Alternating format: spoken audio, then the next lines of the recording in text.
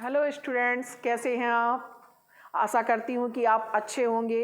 मैं रीना गिरी आपके अपने चैनल में आप सभी का स्वागत करती हूँ। एसएससी के एग्ज़ाम्स चल रहे हैं और इसीलिए मैं आपके लिए बहुत सारे क्वेश्चंस की सीरीज लेके आई हूँ जो एग्ज़ाम ओरिएंटेड क्वेश्चंस हैं। देर ना करते हुए आज की क्लास स्टार्ट करते हैं।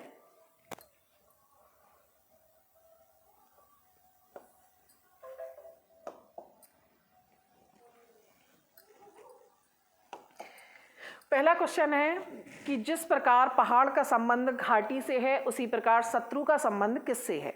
अब देखते हैं पहाड़ और घाटी। सबसे पहले हमारे दिमाग में एक थॉट आता है कि पहाड़ का जो अपोजिट है घाटी, तो फिर हम देखेंगे कि शत्रु का अपोजिट मित्र होना चाहिए, लेकिन मित्र तो कहीं ऑप्शन में है ही नहीं, तो हमें कोई और लॉजिक लगाना पड़ेगा। तो वो लॉजिक क्या होगा, देखते हैं कि पहाड़ का संबंध घाटी से है, यानी दो पहाड़ों के बीच में घाटी होती है, उसी प्रकार दो शत्रुओं के बीच में संघर्ष होता है। तो इसका जो आंसर होगा वो हमारा होगा दिल्ली। ठीक है।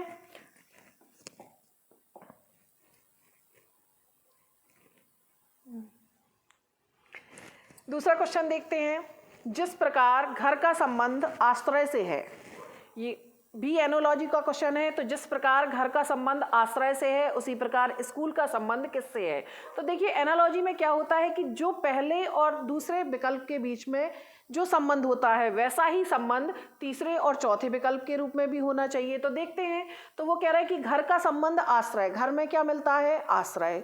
तो फिर स्कूल का संबंध किससे हो सकता है। तो स्कूल का संबंध जो है, जैसा घर में आश्रय मिलता है और स्कूल में शिक्षा मिलती है।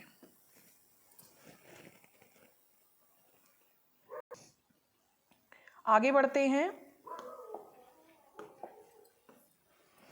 तीसरा क्वेश्चन देखते हैं। तो वो कह रहा है दिए गए विकल्पों में वह सही विकल्प चुनिए जो अनुक्रम को पूरा करे। अब देखिए ये सीरीज का क्वेश्चन है, ये सीरीज का है। तो इसके लिए हमें सबसे पहले जो है वो हमें कोड याद होने चाहिए। तो हमें पता है कि के का कोड क्या है 11, जे का 10 और एल का 12, ओ का 15, फिर 14 और 16, ऐसे ही एस का 19, 18, 20। तो सीरीज में सबसे जरूरी जो होता है वो पहले अक्षर से पहले अक्षर की ही सीरीज बनती है। अगर ऐसी नहीं बनेगी तो फिर हम आगे देखेंगे। तो देखते हैं पहले अक्षर से। तो 11 से 15 इसका मतलब है कितने जुड़े, 4। फिर 15 से 19 इसका मतलब है फिर कितने जुड़े, 4। और जब इन दो में 4 4 जुड़ रहे हैं तो आगे भी कितने जुड़ेंगे, 4। तो 19 में 4 जोड़ेंगे तो 23 और 23 पर होता है आपका W। आगे बढ़ते हैं। फिर दूसरे अक्षर से दूसरा अक्षर। तो देखें जरा, जे का कोड 10 और एन का कोड 14, इसका मतलब है फिर से 4 जोड़े। फिर एन से आर यानी 14 से 18, फिर कितने जुड़े, 4। इसका मतलब है अब फिर 4 जुड़ेंगे। तो आप देखिए 18 में 4 जोड़ेंगे तो 22, 22 यानी V। और तीसरे अक्षर से तीसरा अक्षर। तो देखते हैं 12, 12 से 16, फिर 4 जुड़े। 16 से 20, फिर 4 जुड़े और 20 से 4 जोड़ेंगे तो 24 और 24 पर होता है X। तो हमारा ये आंसर आ गया WVX। और देखते हैं ऐसा कौन से ऑप्शन में है। तो ऐसा पहले ही ऑप्शन में है A, यानी इसका आंसर हो जाएगा A। अब नेक्स्ट क्वेश्चन पे चलते हैं।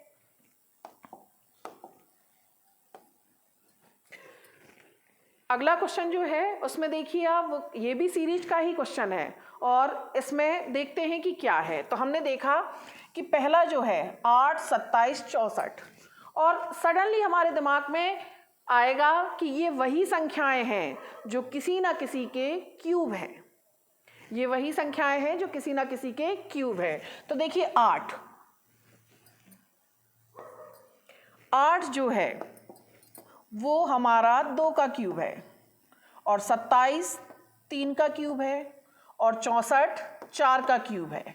इसका मतलब है कि अगला जो क्यूब है वो 5 का होना चाहिए और 5 का क्यूब जो होता है वो 125 होगा। यानी हमारा जो डी विकल्प है वो बिल्कुल सही है और आंसर आ जाएगा 125, है ना। तो जब आप पढ़ते हैं तो बहुत सारी चीज़ें आपके दिमाग में आती हैं। तो ये वो संख्याएं हैं जो सडन ही, इसके लिए हमें स्क्वायर और क्यूब भी याद होने चाहिए। देखिए ये सारे क्वेश्चन जो है वो एग्जाम्स ओरिएंटेड हैं और इसका मतलब है कि ये हमारे लिए बहुत ज़रूरी है। इसी आधार पर ही एसएससी और अन्य वैकेंसी जो हैं उनमें भी क्वेश्चन सिलेक्ट होते हैं। तो आप ध्यान रखिए, इनकी पढ़ाई भी करनी है आपको। आगे बढ़ते हैं। नेक्स्ट है, फिर से देखिए सीरीज का क्वेश्चन है और इसके लिए भी हमें कोड याद होने चाहिए। तो सी का कोड जो है आपका वो है 3, डी का 4, एफ का 6, 4, 5, 7, 5, 6, 8। तो पहले अक्षर से पहले अक्षर की ही सीरीज बनाई जाती है। अगर ये मैच ना करे तो फिर कोई और लॉजिक सोचा जाता है। तो देखते हैं, पहले अक्षर से पहला अक्षर, सी से डी एक जुड़े, डी से ई एक जुड़े, और इसका मतलब है कि ई से एफ आएगा। तो देखिए 3 विकल्पों में एफ है। आगे दूसरे अक्षर से दूसरा अक्षर देखते हैं। तो डी से ई एक जुड़े, ई से एफ फिर एक जुड़ा, इसका मतलब है एफ से जी। और एफ और जी अब 2 विकल्पों में है, यानी आंसर हमारा या तो सी होगा या डी होगा। आगे बढ़ते हैं तो तीसरे अक्षर से तीसरा अक्षर देखते हैं। एफ से जी, जी से एच और एच से आई, यानी हमारा आंसर आ गया एफ जी आई। और देखते हैं एफ जी आई कौन से विकल्प में है, डी। तो सही आंसर हमारा हो जाएगा डी। आगे बढ़ते हैं।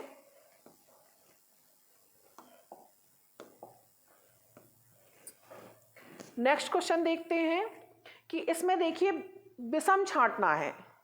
ये ऑड मैन आउट का क्वेश्चन है और इसमें विषम छांटना है। तो विषम कैसे छांटेंगे, इसमें भी आपको कोड याद होने चाहिए। अगर आपको कोड याद नहीं होंगे तो आपका दिमाग बहुत तेजी से नहीं चलेगा। तो देखते हैं जरा दोनों में। एन का कोड 14, एल का 12, वी का 22 और टी का 20, आर का 18 और पी का 16, जे का 10 और जी का 7। अब हम इनमें देखते हैं कि देखिए 14 से 12 कितने माइनस हुए, 2। 22 से 20 कितने माइनस हुए, 2। 18 से 16 कितने माइनस हुए, 2। लेकिन 10 से 7 यहाँ कितने माइनस हैं, 3। तो विषम, जिस प्रकार हमें विषम छांटना था, इसका मतलब ये है कि सही आंसर जो है वो डी ऑप्शन है और डी में है जे और जी, जो कि हमारा आंसर होगा। आगे बढ़ते हैं।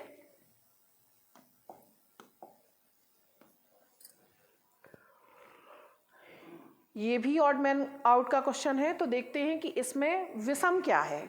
तो हम देखते हैं कि ये 4 धातुएं दी गई हैं, तो इनमें हमें छांटना है कि विषम क्या है। तो देखते हैं, इसके लिए थोड़ा आपको जीके भी आना जरूरी है। जैसे देखें कि ए ऑप्शन पीतल, पीतल कैसी धातु है, मिश्र धातु है। दूसरा देखते हैं इस्पात, ये भी मिश्र धातु है। कांस, ये भी मिश्र धातु है। इसका मतलब है कि आपका आंसर जो है वो सी होगा। टिन, टिन जो है वो सही आंसर है। आगे बढ़ते हैं।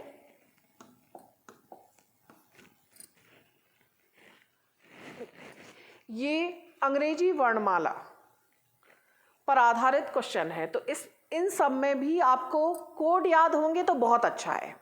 तो देखते हैं कि वो क्या कह रहा है। तो हम देखते हैं, वो कह रहे हैं कि यदि अंग्रेजी वर्णमाला के द्वितीय अर्धांश को विपरीत क्रम में लिखा जाए। तो पहले तो हम देखते हैं कि अर्धांश क्या है। अर्धांश का मतलब होता है आधा। तो अर्धांश यानी अंग्रेजी में जो अल्फ़ाबेट होते हैं वो 26 होते हैं और 26 को आधा करेंगे तो 13। तो ए से लेके एम तक जो है वो प्रथम अर्धांश कहलाता है, यानी फर्स्ट स्टेप। और एन से लेके जेड तक कहलाता है द्वितीय अर्धांश, यानी सेकंड स्टेप। अब क्योंकि उसने कहा है कि सेकंड स्टेप को विपरीत क्रम में लिखेंगे, तो अगर आप लिखेंगे तो बहुत टाइम जाएगा। और कंपटीशन का एक रूल होता है कि आप जितना कम समय लगाओगे उतना जल्दी आप सिलेक्ट होगे। तो ये हमें माइंड में ही कैलकुलेशन करनी है कि हमें कम से कम समय देना है, ठीक है। और जब हम द्वितीय अर्धांश को विपरीत क्रम में लिखेंगे तो यहाँ ये जेड आ जाएगा और सबसे लास्ट में आपका आ जाएगा एन। आएगा कि नहीं, और ये हमें अपने माइंड में ही रखना है। अब आगे बढ़ते हैं, देखते हैं क्या कह रहा है वो, कि द्वितीय अर्धांश को विपरीत क्रम में लिखा जाए तो बाएं से 7वें अक्षर के दाएं 8वां। और हमें पता होना चाहिए कि जब दिशाएं विपरीत हो तो दोनों नंबर जो है वो जुड़ जाते हैं। दिशाएं विपरीत कैसे हैं, कि वो कह रहा है कि बाएं से 7वें अक्षर के दाएं 8वां। अब देखिए बाएं दाएं अलग अलग दिशाएं हैं, और जब दिशाएं अलग अलग होंगी तो हम इन दोनों संख्याओं को ऐड कर देंगे और जो दिशा पहले दी जाएगी वहां से गिन लेंगे, है ना। तो देखते हैं, बाएं दाएं आपने ऐड किया तो ये आ गए आपके 15। अब दिशाएं कहाँ से दी हैं, पहले कौन सी दी है, बाएं, तो बाएं से गिनेंगे यहाँ से। तो हमें यहाँ तक तो पता है कि प्रथम जो अर्धांश है वो 13 होते ही हैं, और द्वितीय अर्धांश को क्योंकि हमने पलट दिया है तो 14 नंबर पर आएगा Z और 15 पर आ जाएगा Y। इसी तरह हमारा आंसर हो जाएगा A। क्लियर है? आपको आशा करती हूँ कि आपको ये समझ में आया होगा, और अगर समझ में नहीं आएगा तो जल्द से जल्द हम चैप्टर वाइज भी आपको पढ़ाएंगे और इससे आपको काफ़ी बेनिफिट मिलेगा। आगे बढ़ते हैं।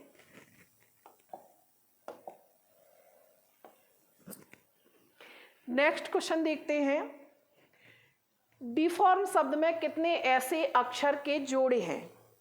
अब वो क्वेश्चन में या तो जोड़े पूछेगा या युग्म पूछेगा। अगर जोड़े या युग्म पूछा है तो उनको आप इस तरीके से लगाएंगे। देखते हैं कैसे लगाना है, कि जिस अक्षर पे आप पेन रखोगे वहीं से आपको ABCD गिनना है, और जो साउंड आप कर रहे हो और उसी अक्षर पर उंगली आ जाएगी या पेन आ जाएगा तो वो आपका जो है वो एक जोड़ा बन जाएगा। जैसे D से DE, तो देखिए पहला ही जोड़ा हमें यहाँ मिल गया, तो एक जोड़ा हमारा बना DE। आगे बढ़ते हैं, छोड़ना नहीं है, आगे बढ़ना है, और E के बाद F, तो देखिए दूसरा जोड़ा हमारा ये भी बन गया D से F, तो दूसरा जोड़ा बना है DF। देखिए DEF, आपने F साउंड किया और F आ गया, इसका मतलब है दो जोड़े हो गए। आगे भी देखते हैं, F के बाद GHI, फिर देखते हैं E से EF, तो देखिए एक और जोड़ा बन गया आपका, कौन सा, E और F। आगे बढ़ते हैं, FGHI, फिर FGHI, OPQ, RS। वापस रिपीट करते हैं, MNO, PQR, तो एक जोड़ा बन गया आपका M और O। आगे देखते हैं, RSTUV। अगर अक्षर छोटे होंगे तो नहीं बनेगा, आप उसको छोड़ भी सकते हैं। आगे देखें, OPQ, F से ये दोनों छोटे हैं, E से ये छोटा है, तो कुल मिला के हमें कितने जोड़े बने, 4। कौन कौन से, DE, DF, EF, MO, और आंसर हो जाएगा आपका 4। क्लियर है? आगे बढ़ते हैं।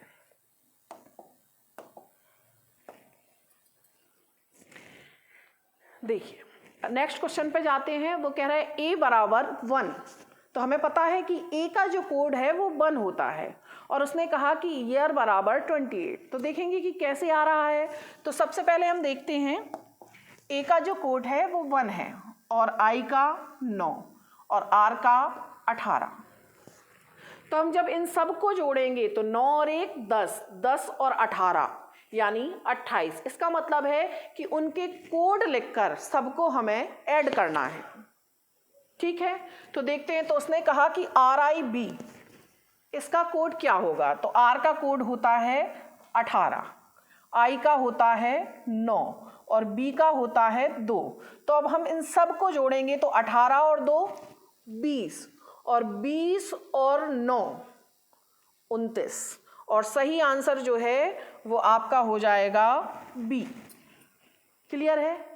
तो रीजनिंग के लिए हमें सबसे ज़रूरी जो है वो कोडिंग सीखना है, क्योंकि ज़्यादातर क्वेश्चन जो होते हैं वो कोडिंग से रिलेटेड होते हैं, और एग्ज़ाम में तो आपका माइंड बहुत तेज चलना चाहिए। कोडिंग आपको याद होनी चाहिए, ये नहीं कि जो अक्षर जिस नंबर पे आप कैलकुलेट कर रहे हो। जितना हम समय बचाएंगे उतना जल्दी हम सिलेक्शन पाएंगे। तो आगे बढ़ते हैं।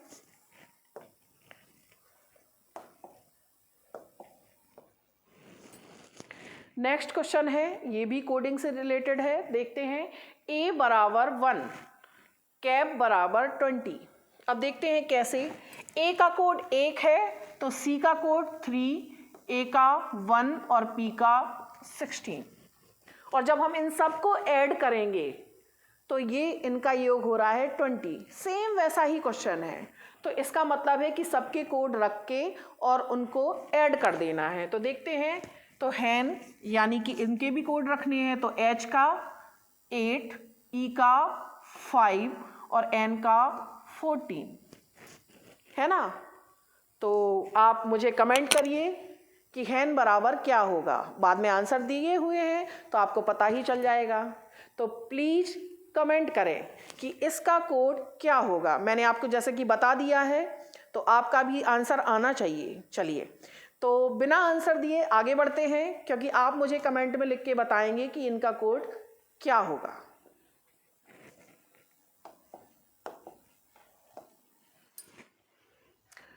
अगला क्वेश्चन है हमारा, देखते हैं। ये ब्लड रिलेशन से संबंधित क्वेश्चन है। तो इसमें ये a इंटू बी का अर्थ है ए बी का भाई है, और a प्लस बी का अर्थ है ए बी का पुत्र है। लोगों को ऐसे क्वेश्चन में बड़ी प्रॉब्लम्स आती है। हालांकि आगे चल के जब क्लास स्टार्ट करेंगे तो ये शुरू से ही हम आपको पढ़ाएंगे कि इन क्वेश्चन में आप चुटकियों में कैसे लगाएं। हमारी क्लास के जो बच्चे होते हैं वो तो विद इन फ्यू सेकेंड्स में इनके आंसर दे देते हैं। चलिए आगे बढ़ते हैं। तो क्या करना है, तो उसने बताया कि P का मामा, तो QP के समीकरण से पता चलता है कि QP का मामा है। तो आज तो मैं आपको चारों समीकरण सॉल्व करके ही बताती हूँ, फिर आगे चल के इनकी ट्रिक भी बताऊंगी। तो देखते हैं, चारों समीकरण यहीं के यहीं सॉल्व करते हैं। देखें, तो Q इंटू R, तो हमें इंटू वाला सिंबल देखना है। A into B, A B का भाई है, तो Q इंटू R यानी Q भाई है R का, है ना। अब इन दो के बीच में इंटू का सिंबल था, अब हम इनको देखेंगे कि इन दोनों के बीच में किसका सिंबल लगा हुआ है, प्लस का। तो प्लस का सिंबल लगा हुआ है, तो देखते हैं a प्लस बी का अर्थ है ए बी का पुत्र है, तो r प्लस p का अर्थ है r पुत्र है p का, है ना। तो क्या पहले समीकरण से ये आ रहा है कि QP का मामा है? नहीं आ रहा। क्यों? QP का मामा कहाँ? ये तो एक जनरेशन P ऊपर है। इसका मतलब है कि इस हिसाब से अगर आप देखेंगे तो पहले तो P का जेंडर ही क्लियर नहीं है, और अगर जेंडर क्लियर होता तो ये दोनों जो है वो उसके बच्चे हुए। तो पहला समीकरण तो सही नहीं आ रहा है। इसका मतलब है कि ये समीकरण तो सही नहीं है, यानी ए ऑप्शन नहीं हो सकता। तो आगे बढ़ते हैं, बी ऑप्शन को देखते हैं। तो P इंटू आर, तो देखें A into B, A B का भाई है, तो P इंटू आर, P भाई है R का, है ना। और फिर देखते हैं कि दोनों के बीच में अब कौन सा सिंबल है, तो माइनस का है, तो A माइनस बी यानी ए बी की बहन है, तो R माइनस क्यू, R बहन है Q की। तो ये तो सभी एक ही लाइन पर आ गए। इसका मतलब है कि ये आपस में भाई बहन है, और अगर भाई बहन है तो Q मामा कैसे होगा। तो इसका मतलब है कि बी ऑप्शन भी सही नहीं है।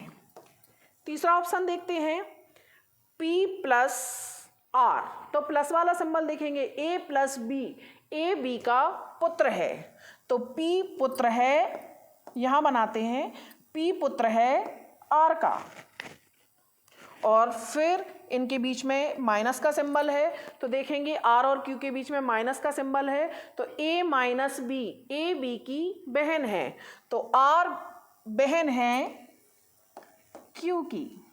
तो देखिए इस हिसाब से तो तीसरे समीकरण में भी QP का मामा ये पता ही नहीं चल रहा है, क्योंकि Q का जेंडर क्लियर नहीं है, और जब Q का जेंडर क्लियर नहीं है तो हम कैसे बताएंगे कि ये मामा है कि मौसी है।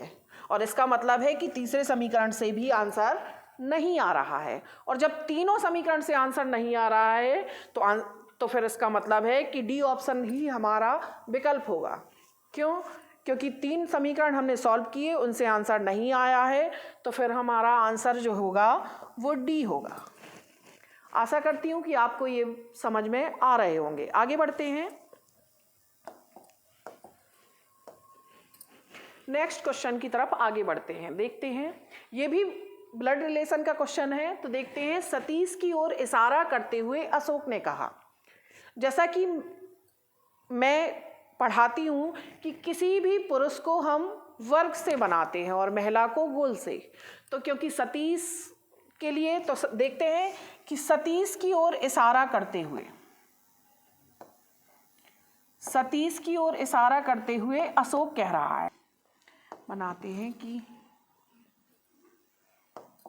देखते हैं, सतीश की ओर इशारा करते हुए अशोक ने कहा। सतीश की ओर इशारा करते हुए कौन कह रहा है? अशोक कह रहा है। क्या कह रहा है? कि वह मेरी बहन, तो मेरी वो अपने लिए कहेगा, तो अशोक की बहन, तो वह मेरी बहन, बहन का इकलौता भाई, क्योंकि बहन के एक ही भाई है, और वो कौन होगा? अशोक, और अशोक का पुत्र है। यानी सतीश जो है वो कौन आ गया? अशोक का पुत्र है। तो वो कह रहे सतीश अशोक से कैसे संबंधित है। अब देखिए, कई बार ऐसा होता है कि ऑप्शन में दोनों ही, पिता और पुत्र, हमें पता चला कि अशोक और सतीश के बीच में पिता और पुत्र का रिलेशन है, लेकिन ऑप्शन में दोनों ही होंगे, तो सही आंसर कैसे देते हैं? तो ऑलवेज यही होता है कि जिसके साथ से लगा होगा उसका रिश्ता कभी नहीं बताते, जिसके साथ से लगा होगा उसका रिश्ता नहीं बताते हैं। तो देखिए सतीश कौन होगा? तो देखिए सतीश जो है वो अशोक का पुत्र होगा, क्योंकि अशोक के साथ से लगा है। अशोक है पिता और सतीश है पुत्र। अब क्योंकि अशोक के साथ से लगा है तो अशोक का रिश्ता कभी नहीं बताएंगे, तो फिर किसका? दूसरे वाले का, यानी कि सही आंसर होगा हमारा पुत्र। ठीक है, आगे बढ़ते हैं।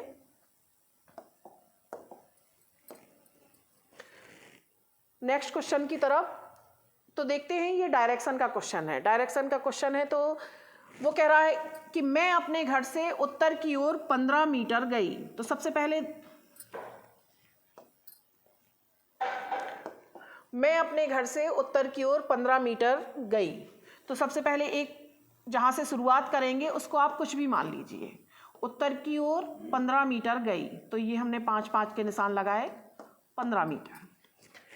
फिर पश्चिम की ओर मुड़ी और 10 मीटर गई। अब देखिए, जब यहाँ पहुँच गई तो पश्चिम कहाँ? इस तरफ, सबको पता है।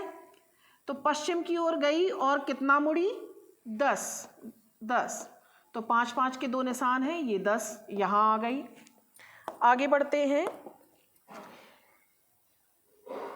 फिर दक्षिण की ओर मुड़ी और 5 मीटर, दक्षिण यानी नीचे, तो 5 मीटर गई। और फिर पूर्व की ओर 10 मीटर, फिर पूरब की ओर कितना गई? तो यहाँ से पूरब ये दिशा होती है और 10 मीटर गई। अब मैं अपने घर से किस दिशा में हूँ? तो देखिए, जहाँ से चलना शुरू किया था इसको हमने x नाम दे दिया था, ये प्रारंभिक बिंदु या घर समझ लीजिए।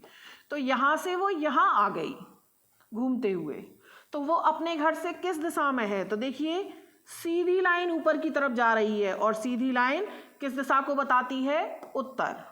और अगर वो दूरी पूछता तो दूरी आ जाती 10 मीटर। तो दूरी क्योंकि उसने पूछी नहीं है, उसने केवल इतना पूछा कि मैं अपने घर से अब किस दिशा में हूँ, तो किस दिशा में हूँ? उत्तर में। क्लियर है? आगे बढ़ते हैं। नेक्स्ट क्वेश्चन भी डायरेक्शन का है, तो आगे देखते हैं। एक महिला दक्षिण की ओर 30 मीटर जाती है। तो प्रारंभिक बिंदु जहां से चलना शुरू किया तो दक्षिण की ओर कितना गई? 30 मीटर। तो ये हमने 10-10 के निशान लगाए, यहाँ आ गई। आगे देखते हैं, इसके बाद वह दाईं ओर मुड़ जाती है और 30 मीटर जाती है। अब जब दक्षिण की ओर जा रही है तो दाएं इस तरफ जाएगी, और दाएं ओर गई और कितना गई? 30 मीटर। अब ऐसे फिर वह अपने बाईं ओर मुड़कर 20 मीटर जाती है। अब देखिए, जब उसका मुंह यहाँ होगा तो बाएं कहाँ होगा? नीचे, और बाईं ओर मुड़ी और कितना गई? 20 मीटर।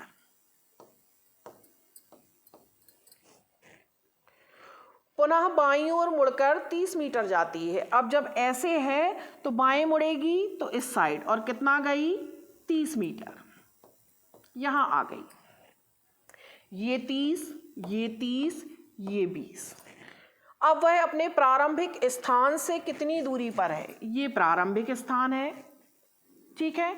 हम ये भी 30 है, हमने 10-10 के निशान लगाए थे। अब देखिए 30 ये, 30 ये 20, तो ये दूरी भी होती है 20, क्योंकि ये मैथ का रूल है कि जब आमने सामने ये भुजाएं बराबर होंगी तो ये भी बराबर होंगी। इसका मतलब है ये 20 और 30 और 20 मिला के ये दूरी हो जाएगी 50, ठीक है।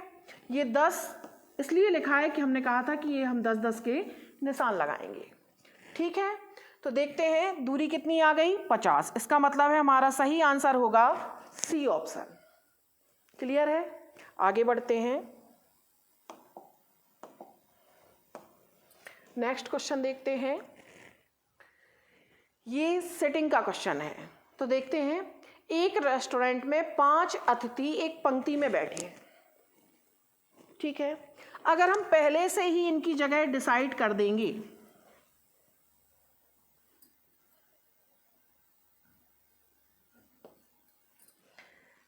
माफ कीजिए, अगर हम पहले से ही इनकी जगह डिसाइड कर देंगे तो आपसे टाइम लगेगा या गलती भी हो सकती है। ये मेरा अपना तरीका है।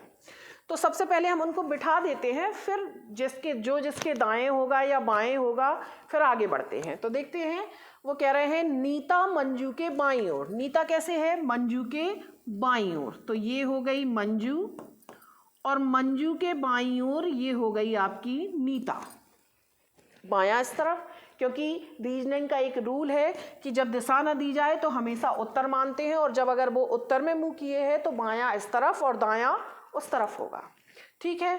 तो नीता मंजू के बाईं ओर तथा नवीन के दाईं ओर। नीता मंजू के तो बाईं ओर है, लेकिन नवीन के दाईं ओर है, तो ये आ गया आपका नवीन। आगे बढ़ते हैं, ऋषभ कविता के दाईं ओर तथा नवीन के बाईं ओर। तो ऋषभ जो है वो नवीन के कैसे है? बाईं ओर, और कविता के दाईं ओर, तो कविता आ जाएगी यहां। अब देखिए, ये 5 लोग आ गए हैं। देखिए थोड़ा ये कलर दिखाई नहीं दे रहा है, तो आप इसको देखिए। तो यहाँ आ गई कविता और ये है ऋषभ, ठीक है। अब उसने पूछा है तो नवीन कहाँ बैठा है? अब देखिए ये है नवीन, ठीक है। तो नवीन कहाँ बैठा है? आप देखेंगे 2 इधर है और 2 इधर, यानी कि नवीन जो है वो मध्य में बैठा है, और मध्य में बैठा है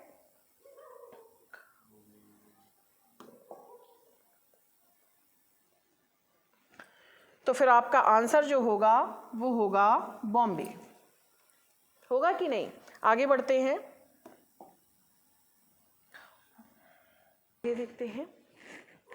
ये जो क्वेश्चन है हमारा वो लॉजिकल सीक्वेंस ऑफ वर्ड्स का क्वेश्चन है, यानी शब्दों का तार्किक क्रम।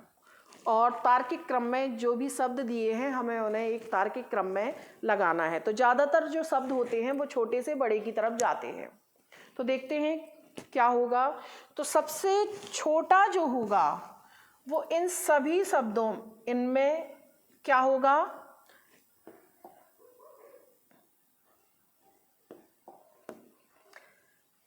शब्द, और शब्द से बड़ा जो होगा वो होगा वाक्यांश। क्यों? वाक्य क्यों नहीं? क्योंकि वाक्य नहीं, शब्द मिलकर वाक्य बनाते हैं, ये तो हमने पढ़ा है। लेकिन वाक्यांश भी देखिए ना, वाक्यांश का मतलब होता है वाक्य का अंश। तो जिन्हें नहीं पता होगा, आशा करती हूँ कि उन्हें ये बात समझ में आई होगी। तो शब्द से बड़ा वाक्यांश, और 2 वाक्यांश मिलके बनाते हैं एक वाक्य। तो सबसे पहले आएगा शब्द, इसके बाद दूसरे नंबर पर आएगा वाक्यांश, इसके बाद फिर वाक्य, और वाक्य मिलके बनाते हैं एक पैराग्राफ या अनुच्छेद, और 4th नंबर पर आएगा ये, और कई अनुच्छेद होते हैं एक अध्याय में, तो 5वें नंबर पर ये आएगा। तो देखते हैं किस सीक्वेंस में ये मिलता है। तो देखिए डी ऑप्शन में सबसे पहले शब्द, शब्द के बाद फिर आप देखिए जरा कि जिस ऑप्शन में मिले, तो इस हिसाब से हम देखेंगे कि हमारा जो आंसर है वो बॉम्बे हो जाएगा। कैसे? सबसे पहले शब्द, उसके बाद वाक्यांश, फिर दो वाक्यांश मिलके बनाते हैं एक वाक्य, और कई वाक्य होते हैं एक अनुच्छेद या पैराग्राफ में, और कई पैराग्राफ होते हैं एक अध्याय में। तो इस हिसाब से आंसर हो गया बॉम्बे। आगे बढ़ते हैं।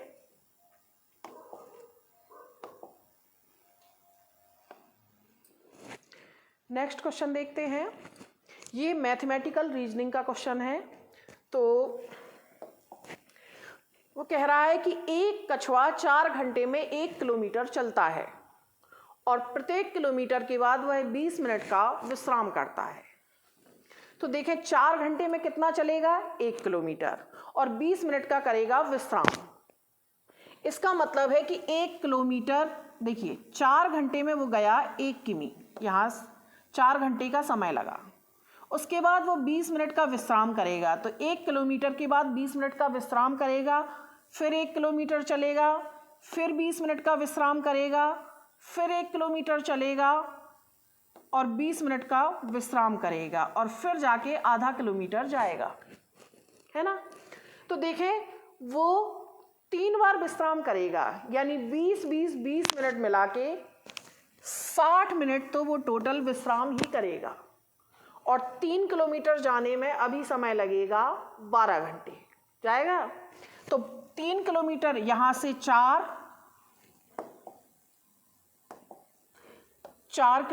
1 किलोमीटर जब गया तो 4 घंटे, फिर 1 किलोमीटर, फिर 4 घंटे, और फिर 1 किलोमीटर 4 घंटे, यानी 12 घंटे में 3 किमी, और साथ में 60 मिनट का किया उसने विश्राम। ठीक है, यानी कुल मिला के वो 13 घंटे में 3 किलोमीटर की दूरी तय करेगा, और आधा, क्योंकि उसे 3.5 जाना है, तो आधा किलोमीटर और जाने में उसे 2 घंटे और लगेंगे, और उसके बाद तो विश्राम का फर्क ही नहीं पड़ता, क्योंकि रेस जीतने के बाद कभी भी कोई रेस्ट नहीं लेता है ना। तो वो फाइनल अपनी डेस्टिनेशन पर पहुंच जाएगा। यानी टोटल मिला के 13 और 2 घंटे वो, यानी कुल मिला के उसे कितने घंटे का समय लगा? 15 घंटे का, और 15 घंटे तो फिर हमारा आंसर हो जाएगा बॉम्बे। क्लियर है? आगे बढ़ते हैं नेक्स्ट क्वेश्चन की तरफ। देखिए ये घड़ी का क्वेश्चन है।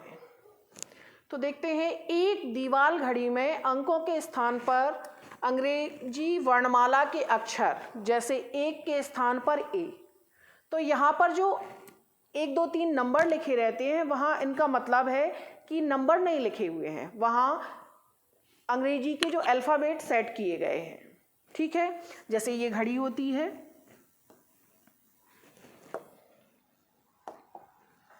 तो घड़ी में 1 से लेके 12 तक के अंक जो है वो अंकित होते हैं।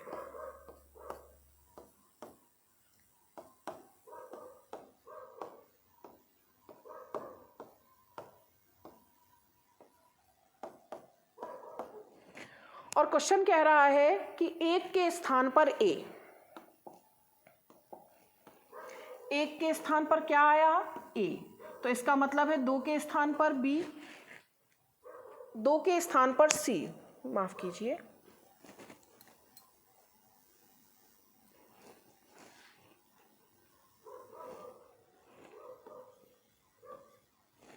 इसका मतलब है कि एक अक्षर छोड़ एक अक्षर। ठीक है, तो इसका मतलब है 3 के स्थान पर डी नहीं आएगा, अब क्या आ जाएगा? ई, फिर यहाँ जी, फिर यहाँ आई, फिर यहाँ के, फिर यहाँ एम, फिर यहाँ ओ, फिर यहाँ क्यू, है ना। तो इसी तरह से सारे अक्षर आ जाएंगे। फिर उसने कहा है तो 8:30 बजे छोटी सुई की क्या स्थिति होगी? तो 8:30 बजे जो है वो घंटे की सुई जो होती है वो 8 और 9 के बीच में होती है और मिनट की सुई 6 पर। तो उसने कहा 8:30 बजे छोटी सुई यानी घंटे की सुई की क्या स्थिति होगी। तो देखेंगे कि ये जो सुई है वो देखिए O और Q अक्षर के मध्य में है ना, तो वही आंसर हमारा हो जाएगा। ठीक है, तो जिसमें ये ऑप्शन लिखा होगा O और Q और ऐसा लिखा है C ऑप्शन में, यानी हमारा आंसर हो गया C। क्लियर है, आगे बढ़ते हैं।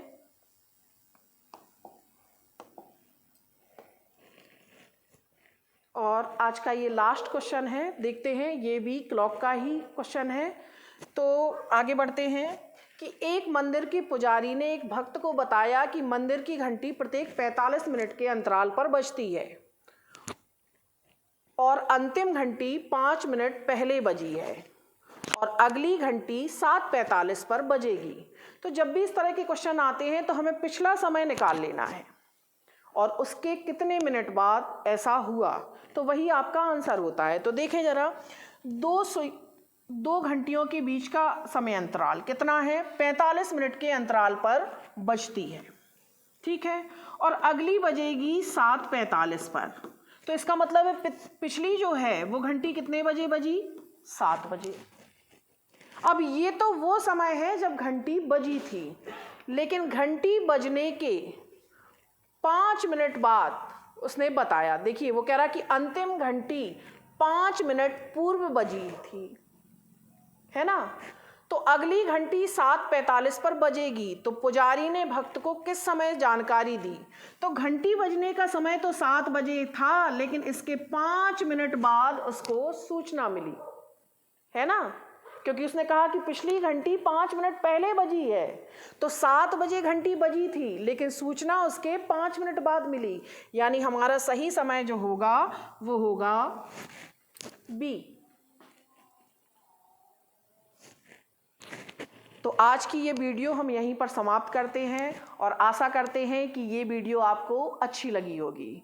अगर स्टूडेंट्स आपको ये वीडियो अच्छी लगे तो प्लीज़ लाइक करें और सब्सक्राइब करें हमारे चैनल को। नमस्ते।